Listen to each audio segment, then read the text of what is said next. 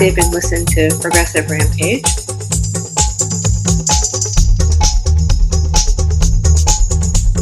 It's about time to get with the program.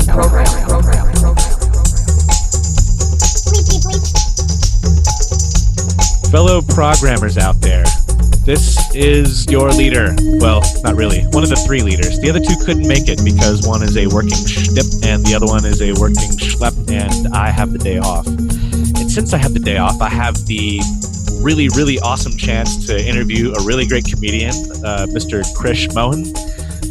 Mohan. Yep, I think I'm getting that right. You got it. Yeah, it's not that I don't hold it against anybody because I've had every single iteration of my name. Well, in the world we're in now, it wouldn't be so much of a slight, but feel free to call me Gayru anytime. So is that the actual pronunciation of your last name? Oh no, it's either Guru or Garu are acceptable. Okay, I was gonna say Garu. Garu was my first go-to. There you go. Yeah, it's French Canadian for the demonic part of werewolf. What? Yeah. Are you serious? Loup Garou just has one R in it, but it's pretty much a derivation of that. What? That is badass, man. Isn't that cool? That's all I have going for me. Seriously, that's it. It's on my business cards. I had it when I was on the Tinder, so you know. Can I swear? Absolutely. On this thing? Okay, cool. You can say anything you want. Because a good friend of mine said that I am free with the language, and I asked him what that meant, and he was like, "Oh no, you curse like a lot in your show," and I was like, "Yeah, I'm talking about some fucked up shit, dude." So, yeah, dude.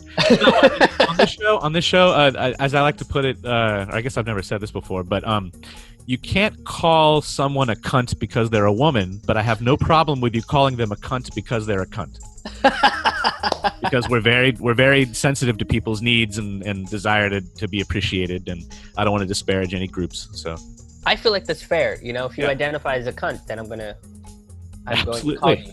And sometimes you might not know that that's what you need to be identified as. It's all part of the blossoming process, right? Right.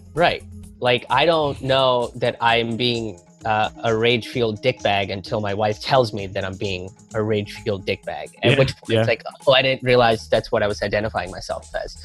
Maybe go back to being a regular person for a minute and make that choice.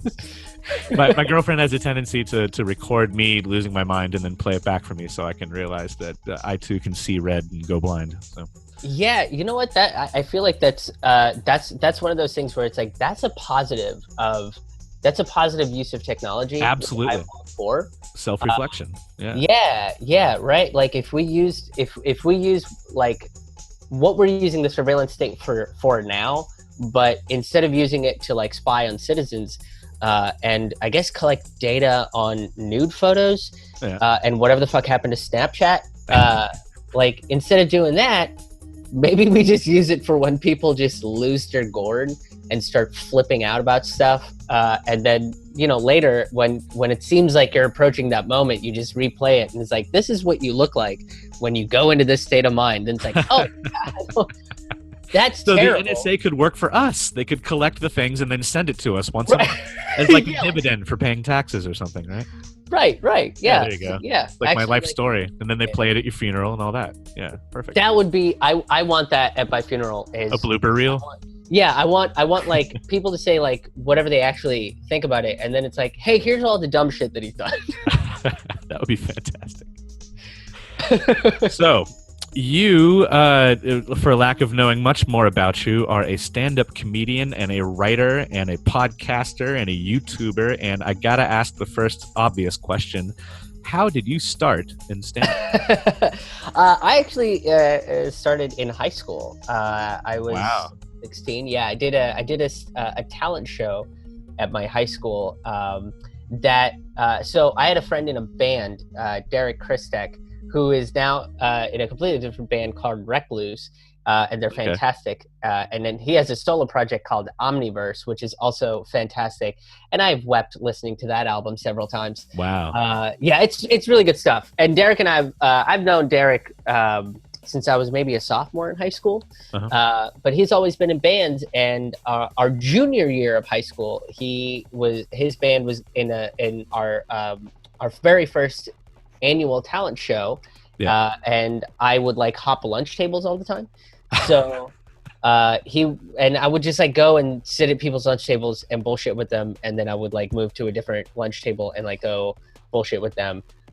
So when we were sitting there, he was like, "Oh, we're doing this talent show thing. Like, you should apply." And I was like, "What am I gonna do?" And he's like, "Oh, you should tell your jokes." And I was like, "I don't tell jokes." And he's like, "No, but you like talk about your mom, and that stuff is hilarious." And I was like, "Oh, you mean my life traumas?" And he was like, "No, like give your funny stories about your mom." And I was like, "Oh, that's what we're calling it."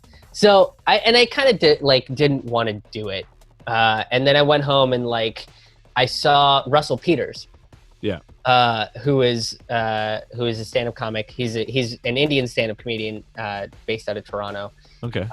And I was like, "Oh, Indian people can do stand-up comedy," which is awesome. So I then like wrote 8 jokes on note cards and auditioned for the talent show. And I did 8 minutes. It was mostly terrible. But it was terrible in comparison to now, right? Yeah. Like I look back on like the stuff I wrote and I was just like, why did any person come up with these as jokes? Like, this is crazy. Like, I think there's like 2 jokes that I still remember from that first set that I'm like, oh, cool. Like, I'm kind of proud that I wrote this when I was 16. And wow. Hey, could you share one of them with us?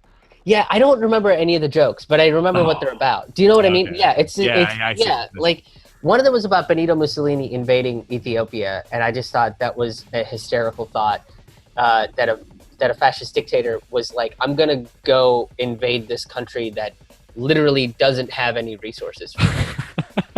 It was like a practice run, right? Yeah. and like the whole concept of the joke was like everybody took Benito Mussolini very seriously until he said that he was going to invade Ethiopia, and like people thought it was a joke, and then they realized it like he was being serious, and they were like, what are we gonna do there? And I think there was a joke about ligers. He was trying to make ligers in Ethiopia. It got weird, but I was just like, look at me talking about history at age 16. That's pretty deep stuff, yeah. Yeah, I was pretty proud. There were when I did that joke, I think like very few people understood what I was talking about. I was like, nobody else thinks that a dictator going into a country that doesn't have any resources for him is hilarious. Oh, geez. I'll bet you got a snicker from the history faculty, though. The history faculty is the only one that really enjoyed the joke. I got an applause from the history faculty, and then I'm pretty sure the rest of the high school was just like, go back to the thing about your parents and doing the accent. And I was like, yeah, you're probably right. You're probably right. The lower brow. So anyone who's heard your current stand-up, and I highly recommend it to everybody, and we'll throw that in the notes as well. But I checked out your show that you did, your house show in North Carolina, and that was just absolute excellence, like a whole hour. And you know, like most comedians, you build up and then you just find your rhythm, and it's amazing to watch you work. So I have to applaud you on that. But thank you. I really like that most of your focus is on socioeconomic issues. That's kind of one of my passions, and that's what this podcast is all about. And so I've also been one who's always loved the fact that comedy is a good vehicle for activism and for people trying to shine a light on the problems of the day so we can laugh about it and move on with it. And I'm wondering, do you feel that comedy is still a good vehicle for that, considering the current environment that stand-up comedy particularly is starting to walk into? Yeah, I do. I don't think comedy has. I think it's one of the very few art forms that's actually meant for people like the common people. Yeah. Like average middle class citizens. And that goes. I always like to say that and this is true. Is the Jesters were the only ones that were able to really make fun of the king for what he was. Like if that just happened, if like a blacksmith said the same things that a jester would say, the blacksmith would be executed. Yeah, right. But it's because, and I think the reason for that is because it's like, oh, it's just a clown, right? Like he's the town fool. He's the town clown. Like no one takes him very serious. No one takes this person very seriously. So that's okay. But really, there's truth behind what he's saying. What the jester was saying at the time. At the time. Now it's every gender is welcome to participate in the art form of comedy, and I do think it's an art form, and I argued that I fought that for a very long time, but I do believe that it's art. Yeah, I definitely think it's an art form, but I think it's more important now than it's ever been, and I'm not just saying that because I'm part of this sphere. I'm saying that now because of the people that I've been influenced by to be a part of this sphere. People like Lee Camp and George Carlin, Bill Hicks, Stuart Huff. All of these people are like Jimmy Dore, the political. Jimmy Dore is great. What's Placone call himself? The dude who calls other dudes duder. The miserable liberal. No, I love all those people, and they do such great work. But it almost seems like a lot of times these folks end up they get a really big audience, but the audience is kind of a crossover all over the place, and so you end up inside of another bubble, like it's just an echo chamber, Yeah, and so I try wonder, not to like, do that. how do you, as a comedian, how do you attempt to get a diverse audience so that you could almost, as an activist, be able to spread your word a little bit further than the people who would immediately accept it? You know what I'm saying?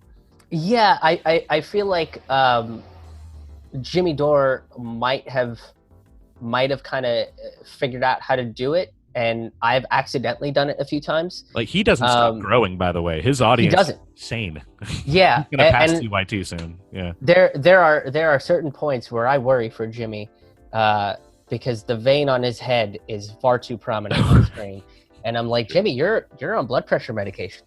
Are you okay? Like, you should take a breather, but I really enjoy what he has to say. Yeah, right. I like the people that he talks to, and I think he takes a nuanced perspective. But Jimmy and even Lee Camp too is they are not afraid to wear their outrage on their sleeve and not just leave it at outrage, right? It's like it's outrage to inspire. It's outrage to use it as a fuel to get to that next level. And that's the thing with comedy is you can be pissed off about what you're talking about, and I often am. But once you're pissed off, and there is that joke to it, the tension gets broken because there's humor and there's levity behind it. Yeah. Now you can have that conversation, and I think that's universal. And then bring it back around to the call to action, right? Like, with that conclusion, then it brings levity to what you just tried to make light of. Right, exactly. Yeah, right. Okay. And I think Jimmy Dore and sometimes Lee Camp as well are people that I think conservatives can listen to without feeling like they're being attacked. Yeah. Because far too often I think the punchline of the joke is conservative ideology. And I don't think all conservative ideology is inherently bad. It's just different, or it's locked in a certain decade because that decade was awesome for them, and change is difficult. Right, and change is difficult, and it's scary, and they don't want to be left behind, and they don't want to be forgotten, and that's essentially what I picked up. So I was, this is 2 shows ago? Yeah, right after the 2016 election happened. I was doing a show about mental health and breaking the stigmas around mental health, and the different sort of surrounding factors that are around that subject matter. Yeah. And I started getting a lot more conservatives to come out to see that show.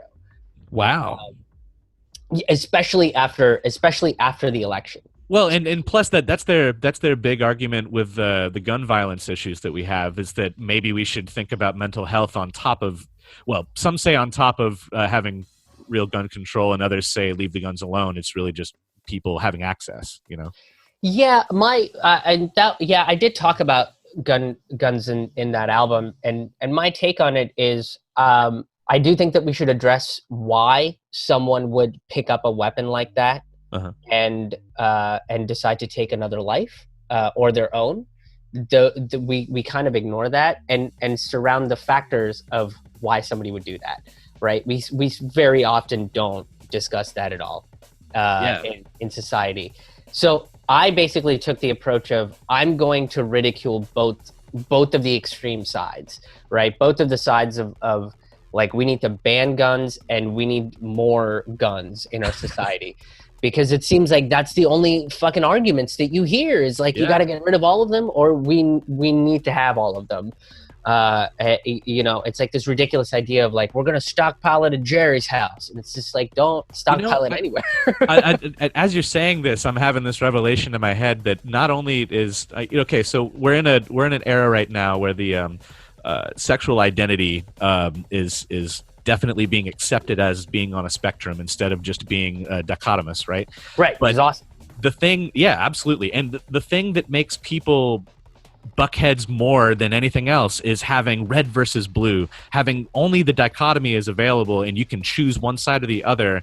And when people are on another side, they then fill this whole trope that you've created. Like if I come out and I ridicule something that Obama might have done, immediate response is, why did you vote for Trump? And it's like, well, wait a minute, I'm talking about this other thing altogether. And by the way, I didn't. But you know what I'm saying? Like you just get shifted. And so I'm wondering, like, how do you get both sides to see that there is a spectrum on everything, even guns, even mental illness? You know what I mean? Like, yeah, there's some things to it. Maybe I'm going a little too off the rails on that. No, I think that's it's a very important question because that's what I started like nitpicking when conservatives started showing up to my shows. Okay. And then would come and talk to me after the show.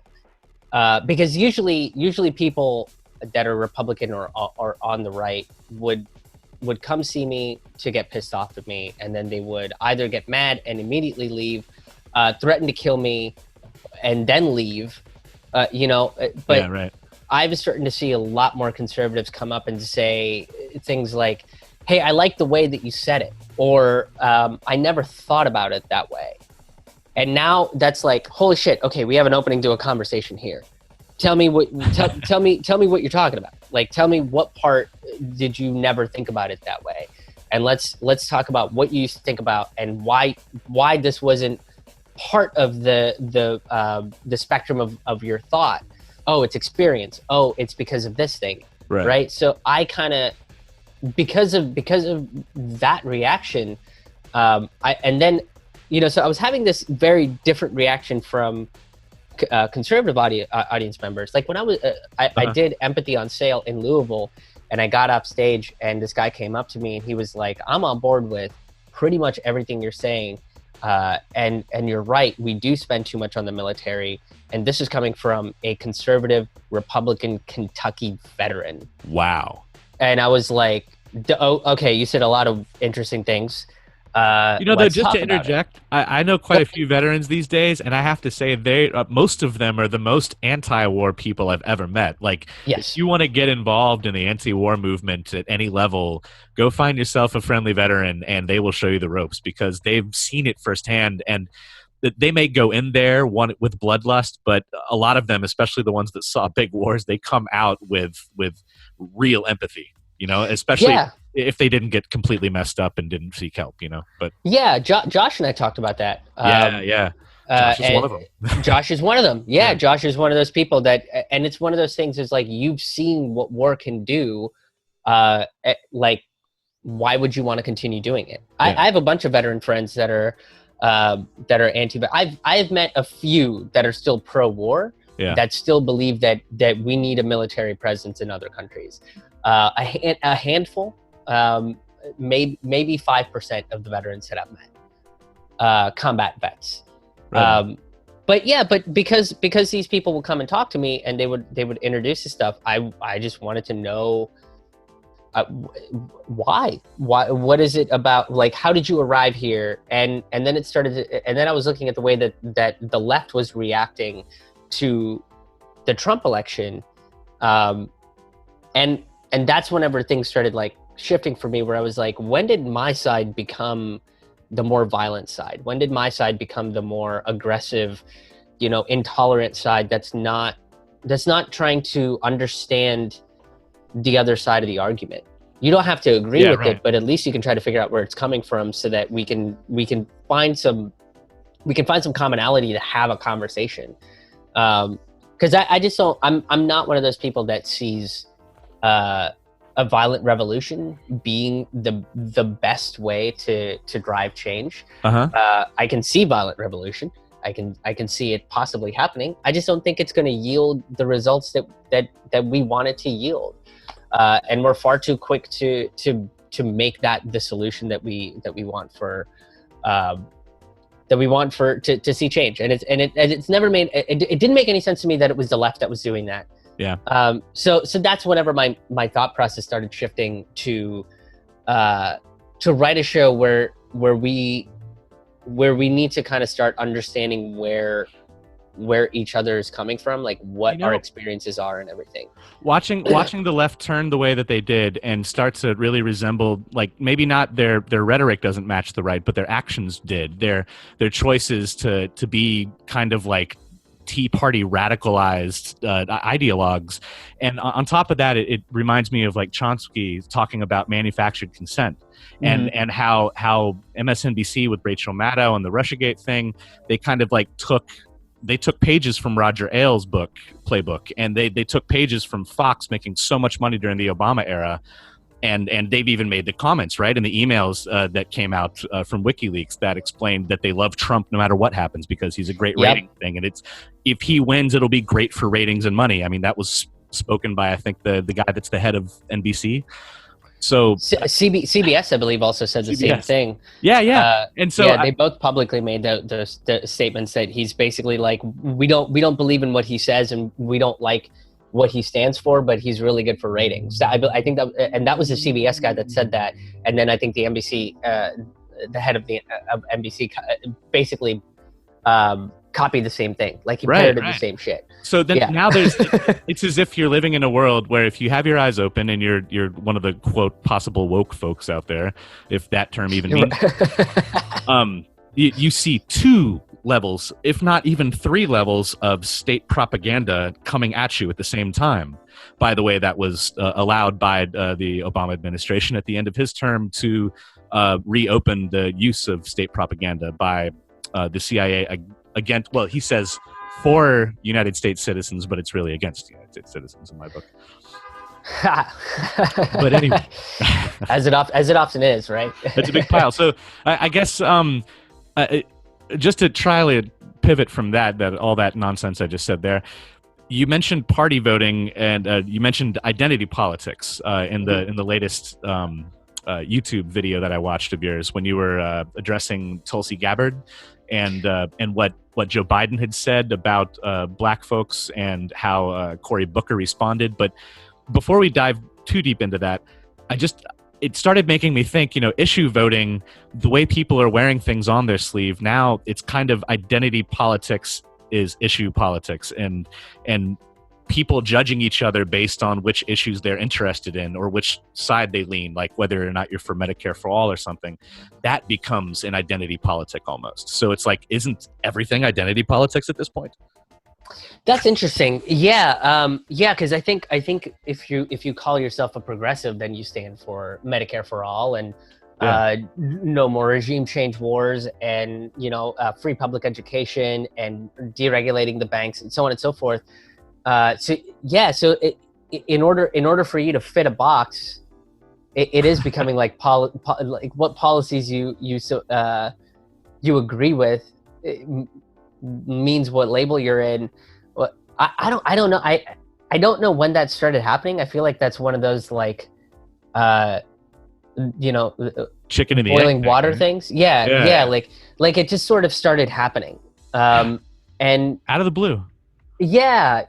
Because to me, a lot of identity politics had to deal with your ethnic background, or your race, or your sexuality, or your gender, and things like that. That was always what was identity politics to me. And I always found like, man, it's just so silly to me that we base our judgments off of these very trivial things. Because I'm not saying identity isn't important, but it's important to you in the larger scheme of humanity and in the larger scheme of socioeconomic status. They're not. Like who you choose to love should not determine your socioeconomic status. And if it does, then we can all agree that the economy that is determining the value of your identity is the fucking problem. Yeah. And we should all be on board with fighting an economic system that does that. So it all boils down to class and economics to me. Two of the funniest subject matters, by the way. And you know that it's no wonder that back in the 1800s they decided to grant personhood to corporations, because I can think of no bigger jerks. Right. For real. Like the way they swing it around, you know what I'm saying? Like you just want to tell them shut up for a minute and sit on the couch. Like let us fix everything. Right. So to me, I don't know. But you're right. I think right now it is becoming like, what policy do you support so we know what box you belong to? And whether or not I can continue to have a conversation with you, or if I should spam you with a bunch of memes that are supposed to make you feel bad about yourself. You know? Not just vote shaming, it's like life shaming almost. I mean, you can't say go kill yourself anymore on social media, but they might as well be with some of the stuff that they spread around, dude. Yeah. I see, and that to me is the purity politics thing to me is like how they try to kind of take your life down. But to me, at the end of the day, it's like, what is that proving, and how are we changing people's minds, or how are we coming up with a more logical solution to a very large problem? Yeah. We're not. We're kind of just we're getting more insular, and like we're we're dividing ourselves by these really small, trivial shit. And we really shouldn't be, right? Like if I believe that Medicare for all is the best choice for healthcare, I should have my reasons behind why. Yeah. And if I meet somebody that's like, no, I think it should be determined by the health insurance company, and they have their reasons why, great, let's talk about it. Let's talk about why your reasons don't seem like they're the best reasons. I'm not even going to say dumb. I used to say dumb and stupid, but like I don't think they are. I think they're different perspectives that to me don't make logical sense anymore. It's easier to it's nicer to say you just can't wrap your head around their experience and where their thought process came from, because it is personal experience that develops these things. Yeah. And it, just like a religious belief, it's almost impossible to crack that code even if in the face of it, it's proven wrong. People don't want to let go of something that they hold dear like that, because it's connected to something else, like their mom or their family or something, right? Yeah, and now these sort of socioeconomic policies and socioeconomic like philosophies and stuff are very much wrapped up in who you are as a person. Like that, that's what makes you who you are. I mean, I think I would be a completely different person had I not grown up poor, had I not grown up, like working since I was 14 years old. Like if I was a kid that grew up and I didn't have to worry about money or anything, like I would have a completely different set of things. But we need the people that grew up with a bunch of money and grew up in better off circumstances, to be like, hey, this is a perspective that I don't think you're accustomed to, because your perspective, like this is like you live in this very insular world. And once they kind of see that, hopefully it trips something in their brain to be like, oh shit, I can't believe people live like this. That's not okay. Yeah. And then now they've joined the fight. You know what I mean? Like, and now we have somebody from that status. And there are people like that. I talked about Nick Hanauer in a video I did a month or two back. Yeah. And Nick Hanauer is a very interesting person. He's a capitalist, but he also is like the way that we're running capitalism can't fucking run like this anymore, because people are going to like start murdering rich people. And it's getting close. That's not great. I keep saying, if anyone needs a good barbecue sauce recipe that can cover up, T-shirt sweat and funk, I'm the guy. Yeah, right. But I hear you. Yeah, the way that it's still going, it is going to collapse. And I mean, who else but Chris Hedges, who's been doing his tours, explaining just exactly how that's going to occur. Right. I don't know if you've been following his work, but I really appreciate him, and I love the work that he does, and he also depresses me so much that I have to watch a Jimmy Dore episode after him so I can get the rate. Yep. That's exactly what happens. Chris Hedges is not for anybody that is looking for hope. No. I always tell people, like, if you're looking for hope, fucking don't read Chris Hedges. because Hedges is basically like, this is where we are and that's it. And it's like, no, but the future. And he's like, I don't care. People are going to eat their own kids. Yeah. Right.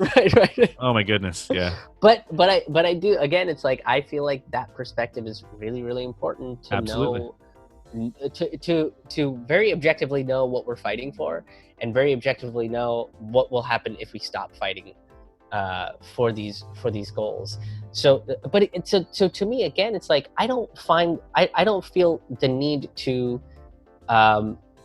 stomp out these voices that that are either too depressing or I disagree with. I'm glad that they're there. I can disagree with them, but telling them that they're stupid for having the beliefs that they have or the perspective that they have, it's not productive in the larger scope of things. Right. You know. No, not at all. And it's so enticing to do so. Like I find my cynicism gets spiked each time I'm on Twitter, like after maybe reading 6 or 7 posts, and I start to reply, and then I read my reply before I hit send, and I'm just like, oh my goodness, I can't post this. I'm just being cruel. Like, even though this guy is a jerk and I feel like he deserves it, does he really? You know, like, so every day. I think I tweet maybe 1 out of every 7 of those angry ones. And then I lose 3 followers. So yeah, people don't really want that negativity anymore, even though they feel it too. I don't know. I gain followers who think that I'm somebody else, and then they realize, no, I'm not. I'm just pissed off that day. So they disappear as well. But just to make a little pivot, recently it was brought to my attention by my lovely girlfriend that we have never had a Gen X president. And you would think it might have been Obama. A lot of people would point that out, but we found that I believe he was born in 1961, which keeps him out of the cut. He's actually a baby. He's at the end of the baby boomer. So I wonder, even though Bernie Sanders is, I think Bernie's platform and Tulsi's for that matter are both Gen X. Tulsi is Gen X, but Bernie Sanders is not.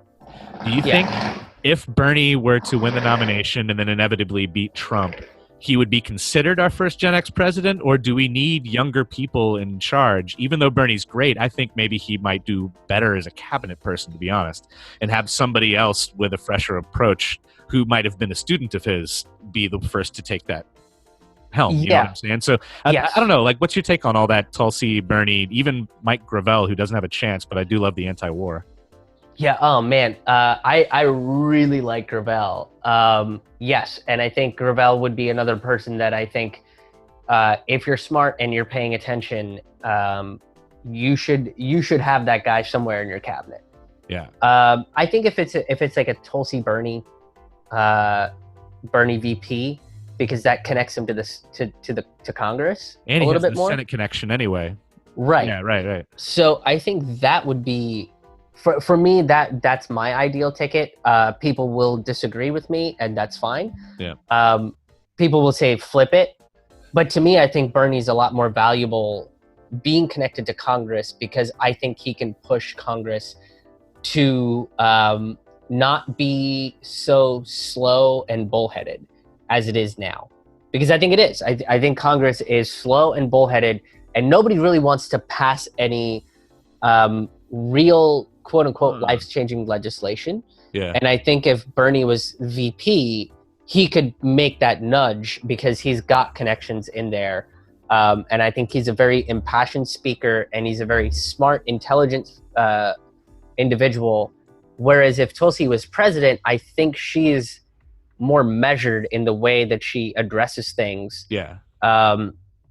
So I think a Tulsi Bernie team up would be, I think, look, that's my ideal. If they team up, period, I would be fucking excited. Because I like to me, I can't vote because I'm an immigrant and I'm not a citizen yet. So, you know, but I still get impacted by the laws. So I throw my weight and my support behind candidates that I really think that matter, essentially. Fuck yeah. But so, and then it's like you bring Andrew Yang and Gravel onto your cabinet because, again, you need somebody that is going to talk about an idea like universal basic income, because I don't think Bernie is pro universal basic income. And I really think that's something that we need to have conversations about. I honestly think Yang's pitch for universal basic income is like 99% there for me, and I really feel like if he were to listen in on the federal jobs guarantee, that I hear that concept is kind of flies in the face of universal basic income, but I think they could work together. I think they should work together. They should work together. I think basic income should be a larger number than the current poverty line assistance. Like if you add it all up, what that actually equals to, that should be bigger, maybe even double whatever it is. Yeah, I think that's a starting point. And then have a federal jobs guarantee on top of that, so that everyone is employed that wants to be, and everyone who doesn't want to be is still not dying in the street. And that's a hard pitch for right-wingers, because they believe that if you don't hold yourself up by your bootstraps, we ought to just bury you in the park.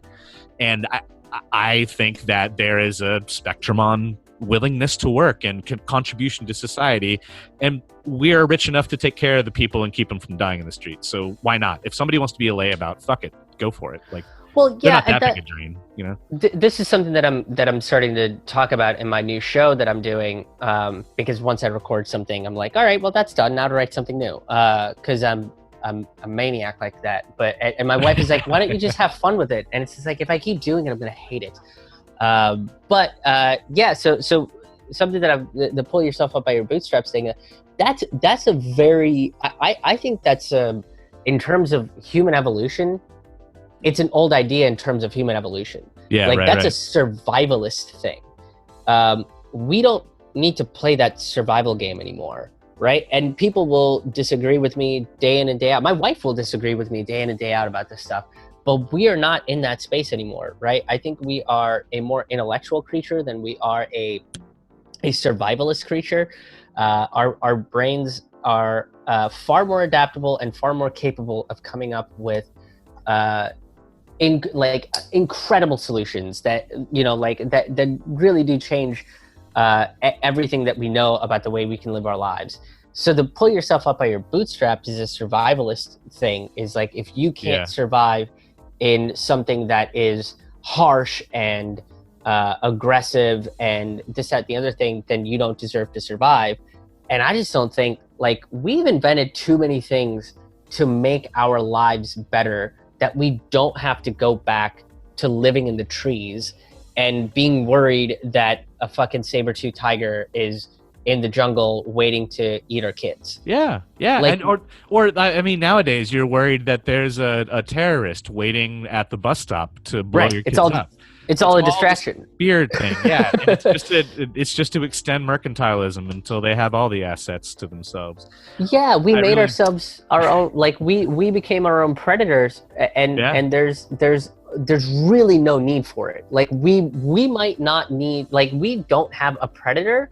So instead of playing the game of the prey predator that nature has for all of these other animals that haven't decided to build skyscrapers and airplanes and pornography, they're still in that thing, but our roles, I think, within the scope of nature has changed.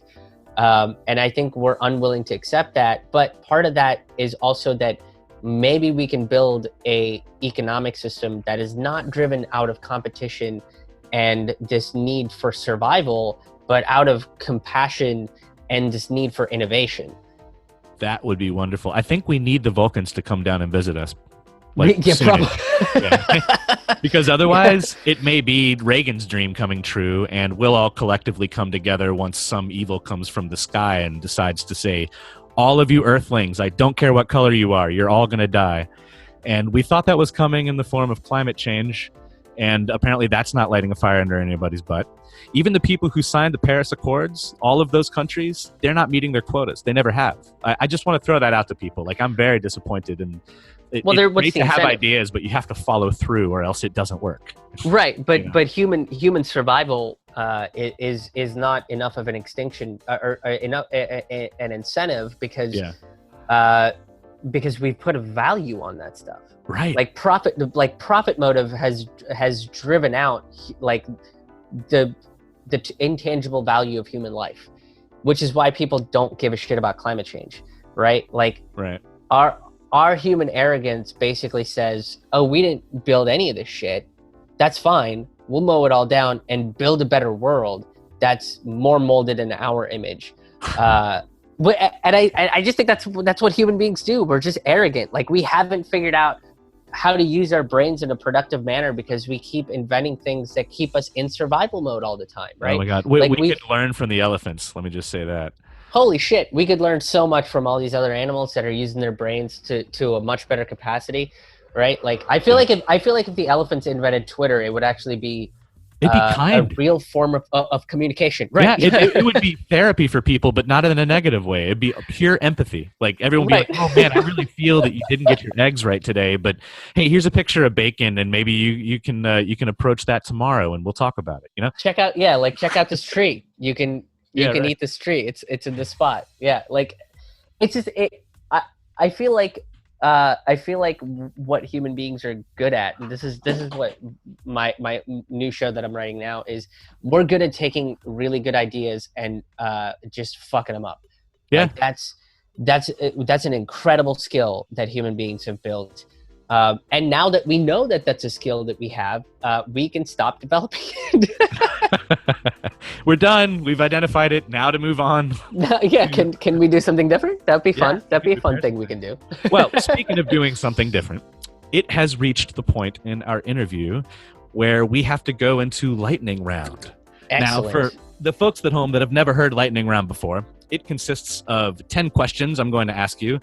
Some short answer, yes or no, a couple of essays, but don't worry, you didn't have to study. And it's pretty stellar. It's going to give us a very broad spectrum, and it's going to give the NSA a very nice spectrum of exactly who you are, so they can determine whether or not you're a threat. Are you ready for the lightning round, sir? I am. Yes. Here we go. Lightning round. Lightning round. Lightning round. Lightning. What is your favorite color? Blue. Nice. Who are some of your favorite stand-up comedians / who influenced your decision to be a stand-up artist in the first place? George Carlin, Lee Camp, Bill Hicks, Stuart Huff. Nice. If Trump wins again, will he be impeached and fired immediately? Oh, no. No. Ooh, interesting answer. Okay. Number 4, Russiagate. Da or niet? Niet. Damn right. Number 5.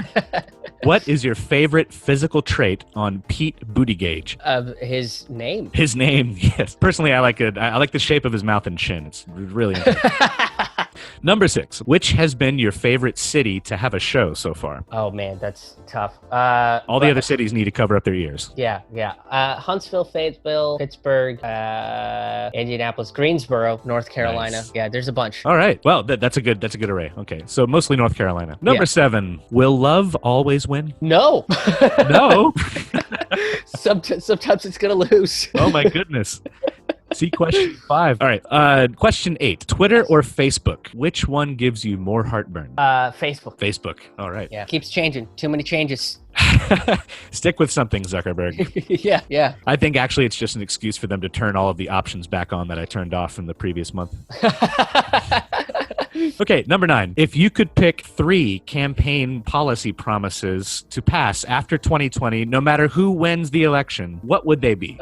Wait. Repeat So that if you could pick 3 campaign policy promises that are coming out of all of the people running for president, if you could pick 3 of them to actually pass in 2020, what would they be? Medicare for all, public education, and universal basic income. Universal basic income and universal public education to college, no out of pocket. Yeah. All right. And I like Bernie's plan that he proposed. I think he proposed a few years back, where it's just it's taxing high risk Wall Street exchanges by 1 to 2%, which is super smart. And yeah, it makes sense. And maybe even produce more college graduates that don't take such high risk. All right, and number 10. Yeah. If you could be any type of tree, what type of tree would you be and why? Ficus. A ficus. Why a ficus? Yeah. I just like the way they feel. Fair enough. They kind of tickle you a little bit. Okay, you know? they're And it good for kinda- it's tickling. like- You're a stand-up Yeah. comedian. That makes sense. yeah, they're very gentle. Fantastic.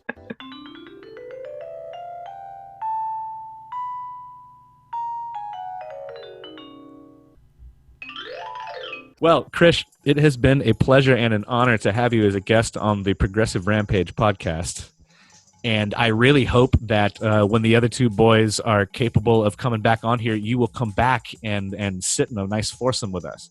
I would love to. That sounds fantastic. That's awesome. So, hey, do you have shows coming up? Do you have anything that you want our viewers, all 9 of them, to actually pay attention to? Yeah, I'm taking the month of July off. Okay. Pretty much. I'm doing 2 shows. I'm opening for Lee Camp in Kansas City, Missouri at the Buffalo Room on July 13th, and then in Minneapolis, Minnesota on July 20th at Mortimer's. And then I'm going on tour. I'm working on my full hour down south. August 2nd, I'm going to be at the Idiot Box Comedy Club in Greensboro, North Carolina. I'm going to be at Guillermo's Coffee House on August 8th in Little Rock, Arkansas. And then I'm going to be at Bookmarks in Springfield, Missouri on August 9th, and August 10th, I'll be at Kirby's Beer Store in Wichita, Kansas. So making my way through the South. All right. Well, when you're in Wichita, make sure you don't get into the back of a red truck with a pregnant woman that wants to carry your luggage. Oh, shit. What? Planes, Trains, and Automobiles reference. Oh, yeah, okay. She may be small, but she's strong. Her first baby came out sideways. She didn't scream or nothing. That's all I got for chops. Krish, this has been awesome, and everybody, you need to go out there and see all of his shows, buy all of his products, watch all of his media, and make this man rich and famous so that he can spread the word and forget about the rest of us and die inside of the golden pyramid, okay? Thank you very much. Thank you. All right, man. Take care. See you later, everybody.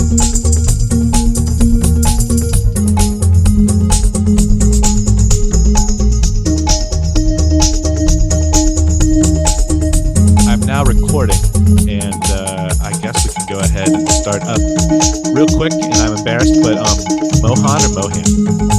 Mohan. Short Mohan. A. Short A. All right, Krish. Yeah.